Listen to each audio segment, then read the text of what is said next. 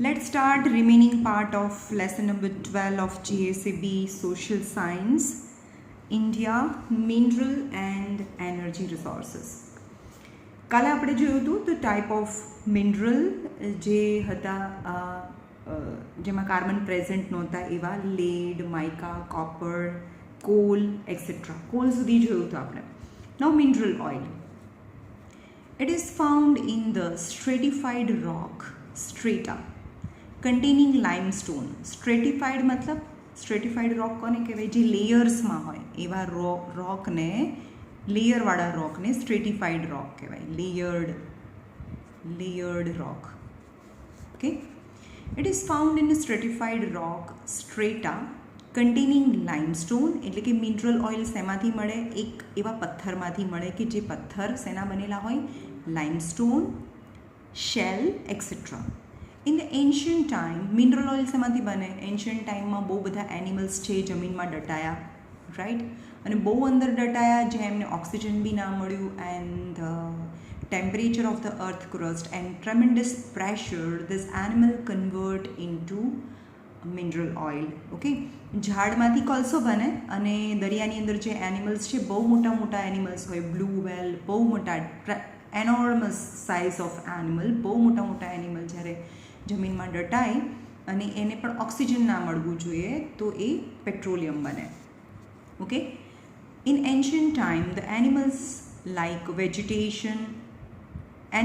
vegetation were buried in the interior of the earth and were converted into hydrocarbons. Hydrocarbons मतलब तेल, मतलब mineral oil. This form was almost liquid form. Due to tectonic movement, હવે જતો જમીનની અંદર છે, એકદમ અંદર છે, પણ ટેક્ટોનિક મૂવમેન્ટ થાય એટલે આ તેલ છે. The layer of this form were gradually elevated. એટલે કે આનું જે લેયર છે ને, જે જમીનની બહુ અંદર છે, એ ટેક્ટોનિક મૂવમેન્ટને લીધે આ જે ઓઇલનું લેયર છે એલિવેટેડ એટલે ઇન્ક્રીઝ થાય ટુવર્ડ ધ સરફેસ, ઉપર સુધી આવી જાય. And sum of them vent towards the sea floor. અને એ બિલકુલ સી ફ્લોર સુધી આવી જાય. એટલે કે આ અર્થ છે, બરાબર? પણ અહીંયા સપોઝ અહીંયા આ અર્થ છે આખી, બરાબર? પણ આ અર્થનું સરફેસ છે અને અહીંયા આગળ તો આ દરિયો છે, આટલું આ પાણી છે, અને અહીંયા આગળ ઓઇલ છે, તો ઓઇલ ધીમે ધીમે અહીંયા સુધી આવી જાય, સી ફ્લોર સુધી આવી જાય. પણ આપણે એને એક્સકેવેટ અહીંયાથી પાઇપ નાખીને આપણે એની બહાર કાઢી શકીએ. While some strata come up from the interior. In 1886, યાદ રાખજો, આ બહુ જ પૂછાય છે આ બ્લેક ફિલ ઇન ધ બ્લેન્ક્સમાં. સૌથી પહેલાં ઓઇલ વેલ છે ક્યાં ખોદવામાં આવ્યો? આસામમાં, right? In 1886 is very important, underline કરો, પૂછાય છે ક્યાં? તો આસામમાં. In 1886 the first oil well was drug in Assam to find out oil. After the success gained there, the mineral reserves were found out in other places in India.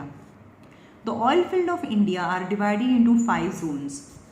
Oil field of northeast side, એટલે બની શકે રાજસ્થાન, એ બધા north east કહેવાય. Oil field of Gujarat, oil field of Bombay high, જે બોમ્બેના દરિયાની અંદર છે. Oil field of eastern coast એટલે કોલકાતા સાઈડ આવે. ને oil field of Rajasthan, right? Oil field of Gujarat. After independence oil was first struck at Lunej of Kheda district in 1958. ઇન્ડિયાની અંદર એને 1866માં પહેલો કૂવો ખોદ્યો આસામની અંદર. પણ ઇન્ડિપેન્ડન્સ પછી oil field of Gujarat after independence oil was first struck at Lunej of Kheda district in 1958. 1958 આ તો 1866 યાની બિફોર ઇન્ડિપેન્ડન્સ છે. અને આપણને આઝાદી મળી પછી સૌથી પહેલું ઓઇલ આપણને ગુજરાતમાંથી મળ્યું હતું in 1958. This is also important question અહીંયા બની શકે. Thereafter oil was found Ankleshwar. આજે આપણને ખબર છે કે અંકલેશ્વરમાં બહુ બધી કેમિકલ ફેક્ટરી છે. કેમ? કારણ કે ત્યાંથી બહુ બધું પેટ્રોલિયમ ઓઇલ નીકળે છે અને most of chemical industry based on this petroleum. Thereafter oil was found in Ankleshwar, Mehsana, Kalol, Navagam, Kosamba, Sanand, Ahmedabad, Gandhinagar, Vadodara, Bharuch જ્યારે પણ તમને ગુજરાતની અંદર કહે ને તો તમારે અંકલેશ્વર અને ભરૂચ લખી નાખવાનું. કેમિકલ ફેક્ટરીની વાત કરે કે ઓઇલ ફિલ્ડની વાત કરે. મિનરલ ઓઇલ રિફાઇનિંગ, હવે આપણને ખબર છે ધીરુભાઈ અંબાણી, એના છોકરો મુકેશ અંબાણી, અને એને રિલાયન્સ પેટ્રોલિયમના એની ફેક્ટરીનું નામ છે, મતલબ એની કંપનીનું નામ છે. તો ગુજરાતની અંદરથી જેટલું પણ ઓઇલ નીકળે છે ને બધું જ ઓઇલ છે એ ક્યાં રિફાઇન થાય છે, ક્યાં ચોખ્ખું થાય છે? એકચ્યુઅલી જમીનમાંથી તો બધું મિક્સ નીકળે છે, પછી એને જે રિફાઇનરીઝ છે એમાં રિફાઇન કરીને એમાંથી પેટ્રોલ, ડીઝલ, કેરોસીન અલગ અલગ વસ્તુ છૂટી પાડવાની હોય. તો મિનરલ ઓઇલ રિફાઇનરીઝ ઇન્ડિયાની અંદર ક્યાં છે? In India the refineries were located at Guwahati, Barauni, Koyali, Kochi, Chennai, Mathura, Kolkata and Haldia, where the largest oil refineries of the world is located in Jamnagar. વર્લ્ડની largest oil is very important. જામનગરની અંદર છે, ગુજરાતની અંદર, અને એ પણ મુકેશ અંબાણીની. રાઈટ. નાઉ નેચરલ ગેસ એટલે જમીનની અંદરથી જે પેટ્રોલિયમ મળે ને તો એની સાથે કોઈક વાર ગેસ બી મળે. પહેલાં ગેસ નીકળે અને પછી ઓઇલ નીકળે. રાઈટ. આપણે કેવું પેપ્સીની બોટલ ખોલીએ એટલે પહેલાં આમ ગેસ નીકળી જાય અને પછી લિક્વિડ ઉભરાય. રાઈટ. એના જેવું જ કે અંદર એકદમ પ્રેશરથી જમીનની અંદર, આ અર્થ ક્રસ્ટ છે એમાં જમીનની અંદર એકદમ પ્રેશરથી ઓઇલ ભરેલું હોય, પણ જેવી રીતે એમાં બહાર કાઢીએ એટલે પહેલાં જે ગેસ નીકળે એને નેચરલ ગેસ કહેવાય એની જાતે જ. અને કોઈ જગ્યાએ તો એકલો ગેસ જ નીકળતો હોય, આપણે એને એકલા ગેસના કૂવા કહીએ. રાઈટ. તો નેચરલ ગેસ એટલે એની જાતે જમીનમાંથી નીકળે એ નેચરલ ગેસ છે. Natural gas is associated with the mineral oil, એ મિનરલ ઓઇલની સાથે જ મળે. Right. It is separated from it. હા, તેની સાથે મળે, કોઈ વારે બંને સાથે મળે, કોઈ વારે એકલું બી મળે. જો સાથે હોય તો એમાંથી એને છૂટું પાડવામાં આવે. It is cheaper and considered to be a non pollutant source of energy, અને એનાથી કોઈ પોલ્યુશન સ્પ્રેડ નથી થતું. આજે પણ બધી રિક્ષા છે સીએનજીથી ચાલે છે, ને તમને ખબર હોય તો 15 વર્ષ પહેલાં, તમે તો ત્યારે હતા બી નહીં, 15 યર્સ પહેલાં બધી રિક્ષા કેરોસીનથી ચાલતી હતી. એકચ્યુઅલી પેટ્રોલથી ચલાવવી જોઈએ, પણ પેટ્રોલ મોંઘું હોય એટલે કેરોસીન ભરે અને એમાંથી જે ધુમાડો થાય અને આપણી આંખો બળીએ જાય આપણે ઘરે આવીએ ત્યાં. પણ હવે એવું નથી થતું, કારણ કે બધા સીએનજીવાળી રિક્ષા છે ને સીએનજીની અંદરથી જે ગેસ નીકળે છે ને that is not carbon dioxide. હા, એ કાર્બન ડાયોક્સાઇડ તો છે પણ સલ્ફર ડાયોક્સાઇડ ને એ બધું નથી. મિથેનનું ફોર્મ્યુલા CH4 છે, આ CH4 છે, એનું કમ્બશન થાય ઓક્સિજન સાથે તો બને CO2 + H2O બને. રાઈટ. નોન પોલ્યુટન્ટ એટલે કાર્બન ડાયોક્સાઇડને આપણે એઝ અ પોલ્યુશન ના ગણી શકીએ. જો તમે બહુ બધો ઝાડ ઉગાડી દો તો કાર્બન ડાયોક્સાઇડ છે તો એબ્ઝોર્બ થઈ જાય, કન્વર્ટ થઈ જાય ઓક્સિજનની અંદર. The reserves of natural gas in our country are found in Khambhat basin, Kaveri basin and Jaisalmer, Rajasthan. Ankleshwar, જ્યાંથી ગુજરાતની અંદર ઓઇલ નીકળે છે ત્યાંથી ગેસ બી નીકળે છે. રાઈટ. તો અંકલેશ્વર એવી જગ્યા છે. Ankleshwar of Gujarat is considered to be the largest natural gas reserve. Non conventional energy sources. Conventional એટલે રિવાજ, આપણે ત્યાં નોન એટલે રિવાજ નથી એવા એનર્જી સોર્સિસ કયા છે? નોન કન્વેન્શનલ સોર્સિસ, યાની the type of energy resources that we are not using till date is advanced technology and which is renewable as well as it do not spread any pollution, is known as a non-conventional energy sources. Resources like coal, આપણા દાદા એ બધા કોલસો સળગાવતા અથવા લાકડા સળગાવતા ઝાડના, બરાબર. તો resources like coal or mineral oil, જમીનમાંથી જે પેટ્રોલિયમ નીકળે છે, કેરોસીનનો પ્રાઇમર સળગાવતા, રાઈટ, તો એ mineral oil are available in limited quantity. જમીનની અંદર કોલ અને મિનરલ છે એ લિમિટેડ રિઝર્વ્સ છે, એને if the rate that we are using now might be empty after few years, and we know that they need millions of years to form again new coal. તો આપણે એને non renewable કહીએ છીએ. Call અને પેટ્રોલિયમને બનવા માટે millions of years લાગે. તો એકવાર આપણે જે રેટથી આપણે યુઝ કરીએ છીએ તો હમણાં થોડા વર્ષોમાં તો એવું કહેવાય છે ને કે કોલ તો હવે નેક્સ્ટ 70 યર્સ પછી ખલાસ થઈ જશે. તો resources like call and mineral oil are available in limited quantity. Attempts started to conserve them for a long time. Conserve કરવું એટલે બચાવ કરવો. To save for the next generation, that is the conservation. તો આપણે attempt કરી રહ્યા છે, attempt યાની try. એવી ટ્રાય આપણે શરૂ કરી દીધી છે કે આપણે એને બચાવીએ. હવે આપણે એમ કહીએ કે આપણે તો પ્રોગ્રેસ બી કરવો છે, ઇન્ડસ્ટ્રીયલાઇઝેશન બી કરવું છે, અને કોલસો બી ના યુઝ કરીએ, એનર્જી યુઝ ના કરીએ તો આપણી ફેક્ટરી ચાલે ક્યાંથી? તો હવે આપણે સ્ટાર્ટ કરીએ છીએ કે જ્યાં સુધી બને ત્યાં સુધી આપણે જે નોન કન્વેન્શનલ એનર્જી સોર્સિસ છે એનો યુઝ ના કરીએ, અને કન્વેન્શનલ એનર્જી સોર્સિસ, કન્વેન્શનલ એટલે રિવાજ, અને નોન કન્વેન્શનલનો મતલબ આપણે વાપરતા નથી એવા. શું નથી વાપરતા આપણે અત્યારે? વિન્ડ એનર્જી નથી વાપરતા, સોલર એનર્જી નથી વાપરતા, રાઈટ? તો સોલર એનર્જી, વિન્ડ એનર્જી એ નોન કન્વેન્શનલ એનર્જી સોર્સિસ કહેવાય. Wind energy, solar energy, biogas, tidal energy, geothermal energy has included as a alternative resources. હા, તો કોલસો ના વાપરવો હોય તો આપણે આ બધું વાપરી શકીએ. There are all renewable energy resources. એટલે જે આ નામ કીધા ને મેં, solar energy, biogas, tidal, geothermal. Geothermal એટલે જમીનની અંદરથી જે લાવા છે ગરમ ગરમ, રાઈટ, એ જીઓથર્મલ એનર્જી છે. તો એ બધા રિન્યુએબલ છે. રિન્યુએબલ એટલે કે once V use, not mean that they are going to exhaust in near future. Some identify them as inexhaustible. Inexhaustible એટલે કે આમાંથી કેટલાક તો એવા છે જે inexhaustible છે. Inexhaustible એટલે they never finish. આજે આપણે પવન યુઝ કરી લીધો તો મતલબ પવન ખલાસ થઈ ગયો, એટલો વાપરી નાખ્યો. ના, એવું ના હોય. નોન એક્ઝોસ્ટેબલ.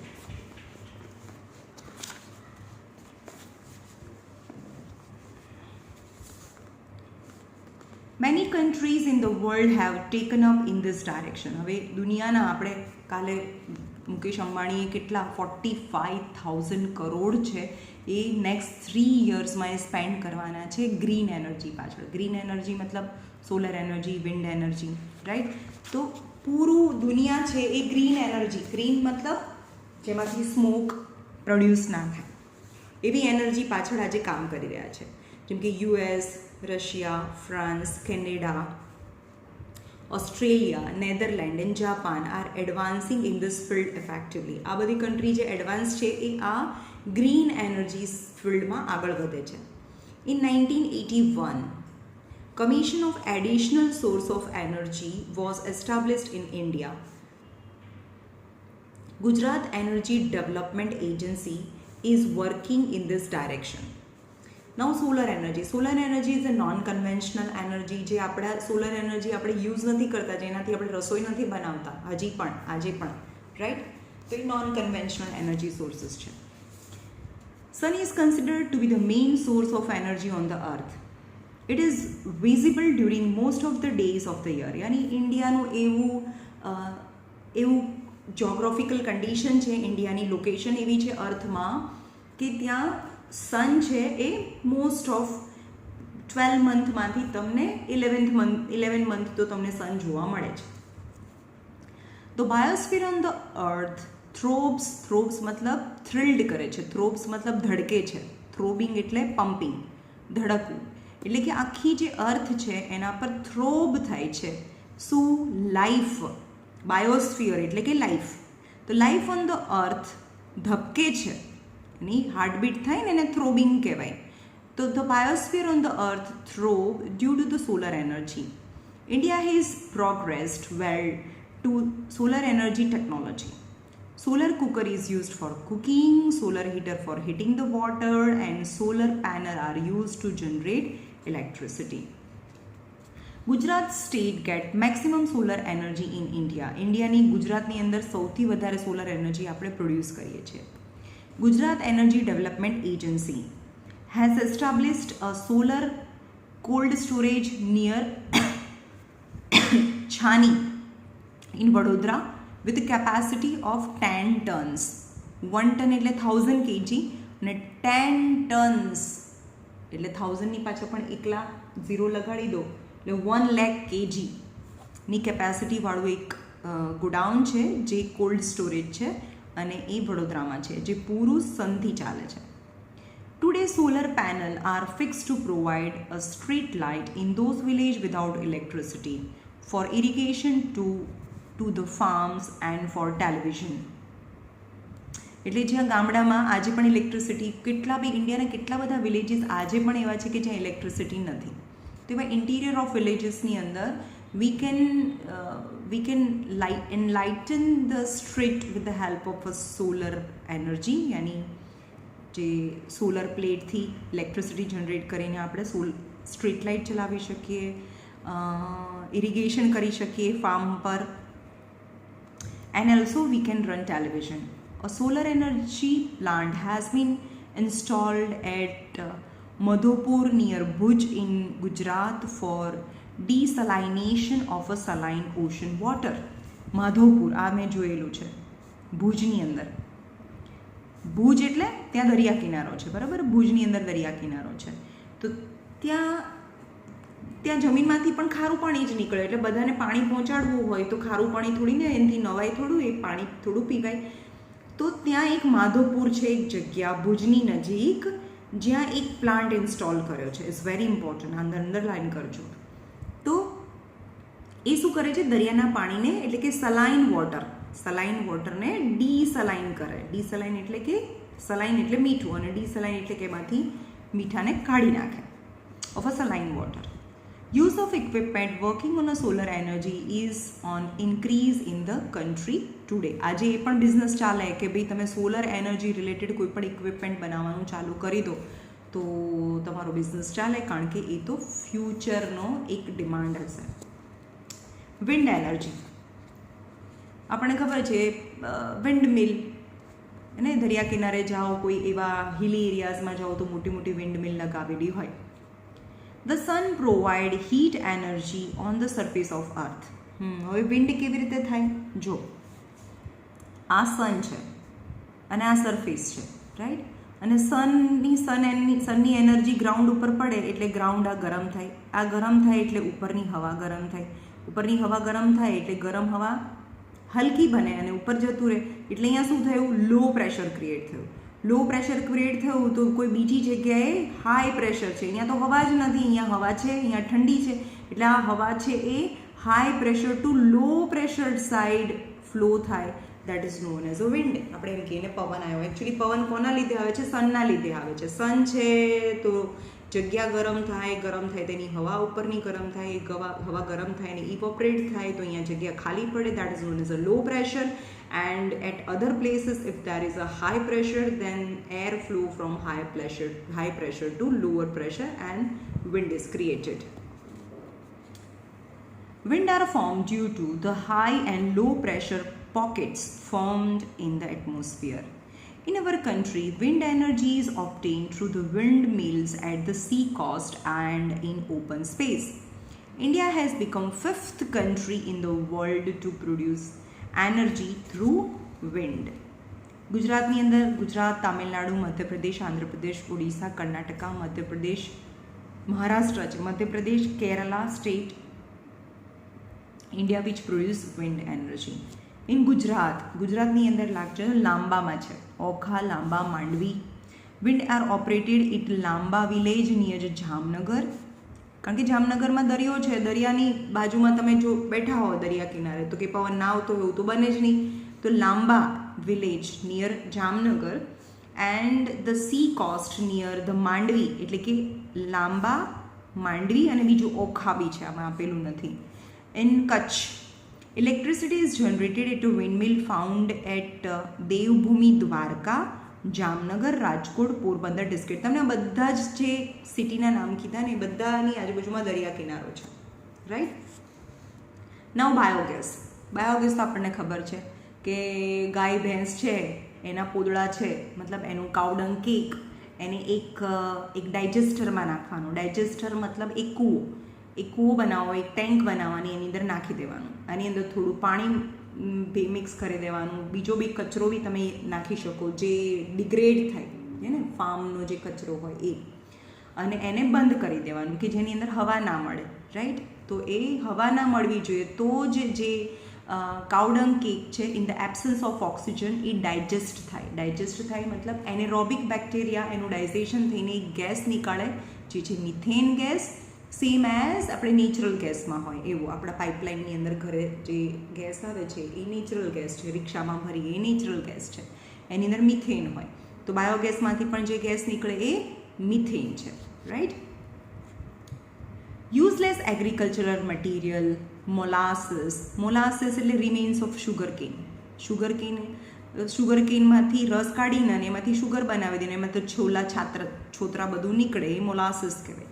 એન્ડ અધર વેજીટેશન, ડંગ એટલે કે ગાય ભેંસનું જે ડંગ છે એ, એઝ વેલ એઝ હ્યુમનનું એક્સક્રીટા એટલે કે ગામડાની અંદર તો જે ટોયલેટ છે ને, લેટ્રિન, એનું બી કનેક્શન બાયોગેસ પ્લાન્ટ સાથે કરેલું હોય.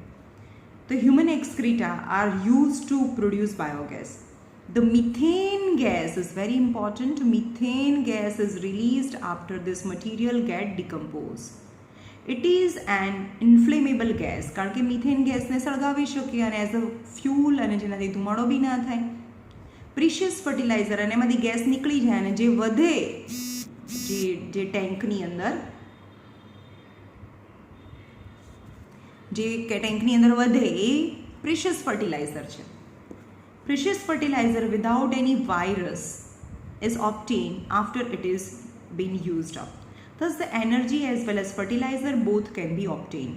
This is non-conventional source of energy. અને non-conventional એ તો મોડર્ન ટાઈમમાં જ આપણે બાયોગેસ જનરેટ કરીએ છીએ. Of a source of energy resources, solar energy and biogas can change into traditional trend of village of India. પણ આપણે સોલર એનર્જી જે નોન કન્વેન્શનલ છે, બાયોગેસ જે બી નોન કન્વેન્શનલ છે, પણ આપણે એને ટ્રેડિશનલ ટ્રેન્ડ બનાવી શકીએ એટલે કે ગામડામાં લોકોને શીખવાડીએ, એમને સમજાવીએ કે બધા સોલર એનર્જી યુઝ કરો, સોલર પેનલ લગાડો, બાયોગેસ બનાવો, મતલબ બાયોગેસ માટે જે બી ટેન્ક અને જે પણ કન્સ્ટ્રક્ટ કરવું પડે એ કરો. તો it's possible that each and every house in the village start using solar energy as well as biogas energy. Villages can be, તો એનાથી શું થાય, વિલેજીસ કેન બી ક્લીનર. તો પહેલાં તો કચરો ને બધું તો એમાંથી જ બાયોગેસ બને છે, તો વિલેજ કેવા થઈ જશે, cleaner. And the scarcity of the domestic energy can be removed. અને સ્કેર્સિટી એટલે લેક ઓફ, મતલબ અછત, જે ઓછું હોય. સ્કેર્સિટી એટલે lake of. Uttar Pradesh and Gujarat hold the first and second places respectively in biogas production. The largest biogas plant has been installed in Methane, જો આ બધું યાદ રાખજો, near Siddhpur in Gujarat. It's very very very very very very important. પહેલો biogas plant, અને that was the largest biogas plant. ક્યાં છે? ગુજરાતની અંદર સિદ્ધપુર છે, નિયર સિદ્ધપુર, મેથાણ ગામમાં છે. Which is run on collective basis. હવે એની અંદર એક જ ઘરનું નહીં, બધા જ ઘરના જે ટોયલેટ છે એનું કનેક્શન હોય અને બધા જ ઘરના જે કચરો છે એ બધા એમાં જ નાખવાનો. Other biogas plant is operational condition are located in operational condition, यानी in operational मतलब they are not fully working position, એનું ચાલી રહ્યું છે કામકાજ. At Rudratala of the Skroy Taluka of Ahmedabad and at Dantiwada in Banaskantha district, moreover the plants are used increasingly are funded by individual or collectively. Plants are used increasingly are funded by individual or collectively. એની અંદર જે plants લાગે ને, જે biogas પ્લાન્ટની અંદર તમારે પ્લાન્ટનો જે કચરો જે પણ નાખવાનો હોય એ કાં તો ઇન્ડિવિડ્યુઅલી હોય અથવા તો કલેક્ટિવલી હોય. Geothermal energy. જીઓથર્મલ એટલે જમીનની અંદર આજે પણ બહુ અંદર જઈએ તો આજે પણ લિક્વિડ છે, બહુ અંદર જઈએ તો, રાઈટ, તો એને લાવા કહીએ. તો કોઈ વાર આ લાવા છે એ થોડું ઉપર આવી જાય અને જે અંડરગ્રાઉન્ડ વોટર છે એના કોન્ટેક્ટમાં આવે, એટલે અંડરગ્રાઉન્ડ વોટર ગરમ થાય, અને જે પણ ગરમ વોટર થાય ને એને સમાવવા માટે વધારે જગ્યા જોઈએ. તો એ ગરમ વોટર છે by having some effort they try to come to the surface of earth, અને આપણે એમ કહીએ hot spring, right. The thermal energy from the interior of the earth comes to the surface of the earth in the form of a geyser or a spring. જે ગરમ પાણી છે ને, જમીનમાંથી જ ગરમ પાણી નીકળે એને ગીઝર કહેવાય અથવા તો સ્પ્રિંગ કહેવાય. અને ગરમ પાણી આવે ક્યાંથી? કારણ કે બહુ અંદર તો લાવા છે અને એ લાવા બાય ધ ચાન્સ થોડો ઉપર આવી જાય અને આ અંડરગ્રાઉન્ડ વોટરના કોન્ટેક્ટમાં આવે એટલે અંડરગ્રાઉન્ડ વોટર બી ગરમ થાય. પણ ગરમ પાણી સમાવવા માટે વધારે જગ્યા જોઈએ, તો એ કેમ કુકરમાં ગરમ પાણી થાય તો એને સમાવવા વધારે જગ્યા જોઈએ એટલે સીટી થાય, એટલે આ બહાર આવે અર્થ સરફેસથી. By due to heat, these are transformed into vapor. This vapor exerts upward pressure to the groundwater which release energy. એટલે કે અહીંયા આગળ ગરમ થાય પાણી તો એ વેપર બની જાય અને વેપર બની જાય નીચેથી ઉપર આવે એટલે રસ્તામાં ઠંડુ બી થઈ જાય વેપર અને ઉપર એકદમ with great pressure it comes out from the earth surface and then we can say that it is a spring. ફુવારા જેવું લાગે. By using this energy, the geothermal energy is obtained. Hot water springs in Gujarat are located in Lasundra, Unai, Tuva at Tulsi Sham. Tulsi Shamની અંદર ગરમ પાણીના ઝરા છે, એવું કે ગરમ પાણીના ફુવારા છે. તો તુલસી શ્યામની અંદર કેટલી જગ્યાએ? લસુંદ્રા, ઉનાઈ, નામ જ પરથી Unai, Tuva. There are possibly of getting geothermal energy from them. Tidal energy. ટાઇડ્સ એટલે જે હાઈ ટાઇડ્સ અને લો ટાઇડ્સ આવે ને, વેવ્સ અલગ હોય અને ટાઇડ્સ અલગ હોય. જેમ કે આ બહુ મોટો દરિયા કિનારો છે, બરાબર, બહુ મોટો, આ સપોઝ 1 કિલોમીટર મોટો દરિયા કિનારો છે. તમે કોઈ પણ દરિયા કિનારે જાઓ ને તો તમે મોર્નિંગમાં જુઓ ને તો પાણી અહીંયા સુધી આવતું જતું હોય, આમ બરાબર, અહીંયા સુધી આવતું હોય. પણ સાંજ પડતા પડતા એ પાણી બહુ અંદર સુધી જતું જાય, એટલે કે આ સપોઝ આટલો પોર્શન છે ને એ મોર દેન 1/2 કિલોમીટર જેટલું પાણી અંદર જતું હોય. તો જ્યારે પાણી બહુ સુધી બહાર આવે તો એને આપણે હાઈ ટાઇડ્સ કહીએ અને પાણી બહુ અંદર જતું રહે તો એને લો ટાઇડ્સ કહીએ. વેવ તો કન્ટિન્યુઅસલી આવ્યા કરે, બરાબર, પણ પાણી છેક બહાર સુધી આવી જાય એને હાઈ ટાઇડ્સ કહેવાય અને અંદર જતું રહે, અહીંયા આમાં વેવ આવતા જતા રહે, તો આ જે ડિસ્ટન્સ છે 1/2 કિલોમીટર જેટલું અંદર પાણી જતું રહ્યું, that is known as a low tides. તો કોઈ પણ ઓશનની અંદર હાઈ ટાઇડ્સ એક દિવસમાં 2 વખત હાઈ ટાઇડ્સ આવે ને 2 વખત લો ટાઇડ્સ આવે. તો હાઈ ટાઇડ્સ અને લો ટાઇડ્સના યુઝ કરીને આપણે ઇલેક્ટ્રિસિટી જનરેટ કરી શકીએ. That is known as the tidal energy. The process of tides and ebbs, જે બહાર આવે ને એને ટાઇડ્સ કહેવાય. પાણી અંદર જતું રહ્યું અહીંયા સુધી આવે છે તો એને ટાઇડ્સ કહેવાય. ધીમે ધીમે ધીમે આમાં કરીને અહીંયા સુધી આવી ગયો તો આને એબ્સ કહેવાય. The process of tides and ebbs continuously in all ocean on the surface of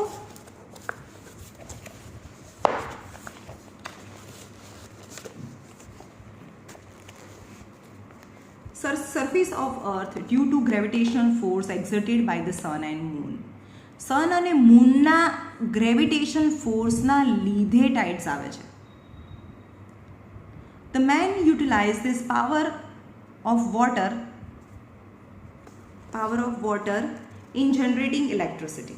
હવે આ ટાઇડ્સનો યુઝ કરીને man can generate electricity. Tidal waters have a more power. A turbine is connected with it to generate electricity. In 1910, હવે જે tidal voters છે ને, આમ ટાઇડ્સ આવતો હોય તો એની અહીં આગળ એક ફેન લગાડી દેવાનો, બરાબર. એ ફેન, હવે આનું કન્સ્ટ્રક્શન બહુ અલગ છે, આઈસીએસસી બોર્ડમાં આવે છે. તમારે ખાલી જોવાનું કે ટાઇડલ એનર્જી જે વોટર છે એમાં બહુ બધો પાવર હોય, એ વોટરના યુઝથી ટર્બાઇન ફરાવે અને ટર્બાઇન ફરે તો ઇલેક્ટ્રિસિટી જનરેટ થાય. In 1910, the France started this project to get electricity with the help of a tides and ebbs. As India has a large coastline, ઇન્ડિયામાં બહુ મોટો દરિયો છે, તો હેઝ અ પોટેન્શિયલ એટલે ઇન્ડિયા પાસે એવી પોટેન્શિયલ છે, એબિલિટી છે ટુ જનરેટ સચ એનર્જી. પણ ઇન્ડિયામાં આજે ટાઇડલ એનર્જી યુઝ થતી નથી કારણ કે એની માટે એના કન્સ્ટ્રક્શન માટે બહુ બધો ખર્ચ થાય છે. This project had been started in the Gulf of Kutch and Gulf of Khambhat. Has been started, ક્યારનો સ્ટાર્ટ તો થયો છે પણ પ્રોજેક્ટ પૂરો થયો નથી કચ્છ અને ખંભાતમાં.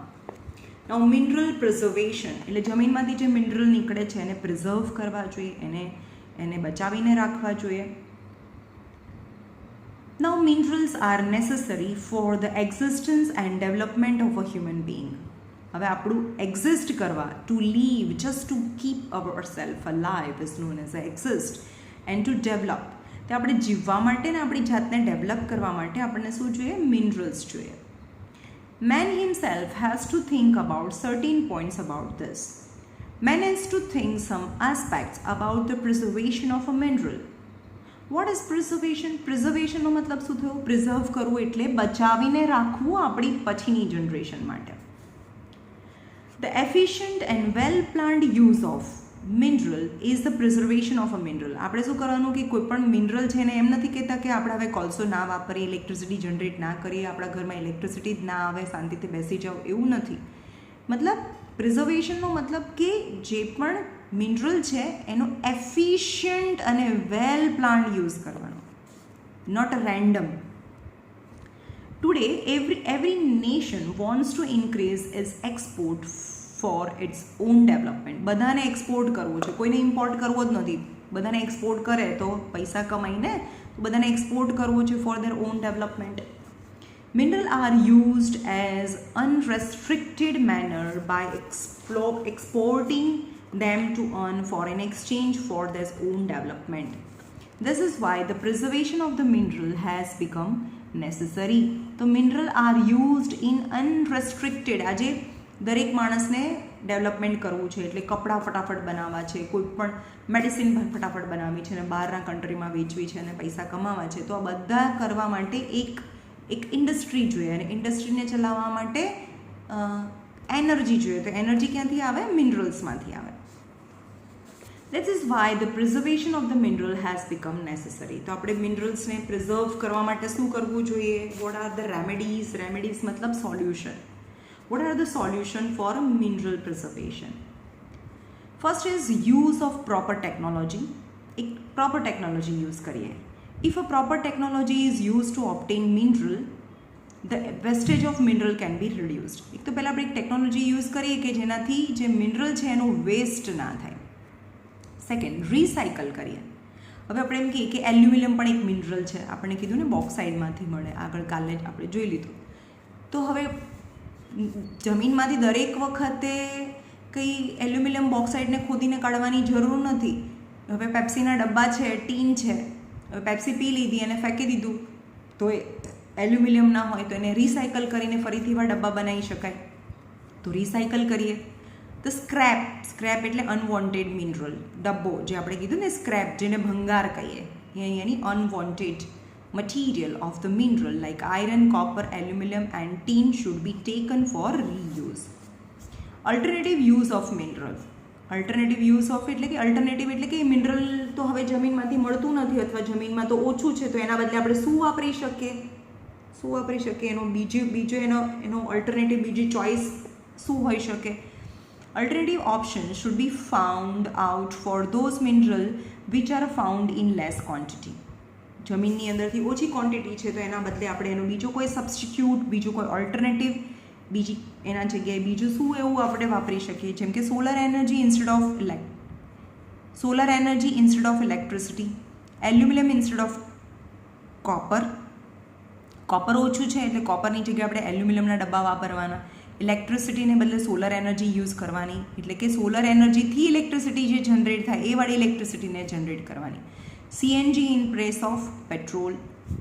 Use of non conventional means. Non conventional એટલે આપણે અત્યાર સુધી જે વાપરતા નથી આવ્યા, જેમ કે solar energy, wind energy, geothermal energy et cetera. The non-conventional sources like water, solar, wind, biogas, etc. should be used increasingly. Sustainability એટલે શું કરવાનું? Sustainable development. એને કોને શું કહેવાય? કે ભાઈ આપણે ડેવલપમેન્ટ તો કરવાનો છે પણ એની સાથે આપણે ફ્યુચર જનરેશન પણ જોવાનું છે. ખાલી આપણું ડેવલપમેન્ટ નથી કરવાનું. આપણે ડેવલપમેન્ટ એવી રીતે કરવાનું છે કે કોઈ વેસ્ટ ના થાય, બરાબર, અને ફ્યુચર જનરેશન માટે રિસોર્સિસને બચાવીને રાખવાના છે. That is the sustainable development. The purity of the environment એટલે કે આપણે જે એવી રીતે ડેવલપમેન્ટ કરવાનું છે કે આપણું એન્વાયરમેન્ટ છે પ્યોર રહે. And the gift of clean environment to the future generation.